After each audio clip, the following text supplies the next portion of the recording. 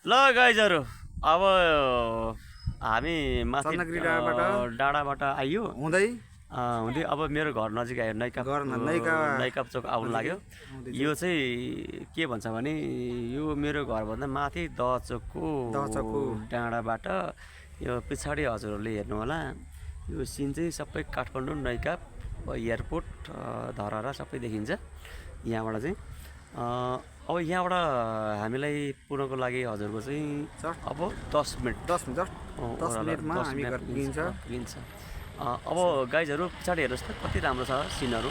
अहिले यो चाहिँ गाइजहरू कस्तो भयो भने यो आकाश खुला भइदियो, पछाडि घरहरू हेर्नु काठमाडौँ सहर यहाँबाट सबै मजाले देखिन्छ। अनि कहिलेकाहीँ चाहिँ म चाहिँ मेरो साथीसँग बसेर आएर गाडीहरू छ है यस्तो भएर। अनि यो छ यो हेलिकप्टर चाहिँ यहाँ रिसोर्ट छ एउटा, यो रिसोर्टमा हामी कहिलेकाहीँ यसो बसेर रमाइलो इन्जोय साथीभाइ।